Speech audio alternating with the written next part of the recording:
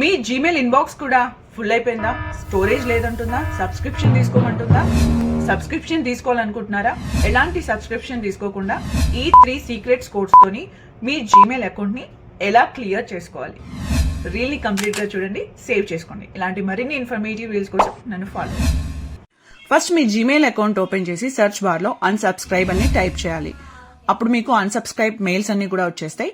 First దానిపైన long press చేసి select all అని డిలీట్ చేసేస్తే సరిపోతుంది. అన్సబ్స్క్రైబ్ ఈమెయిల్స్ అన్ని కూడా మీకు ఇక్కడ క్లియర్ అయిపోతాయి. ఇక్కడ నెక్స్ట్ కోడ్ వచ్చేసి అగైన్ సెర్చ్ బార్ లోకి వెళ్తే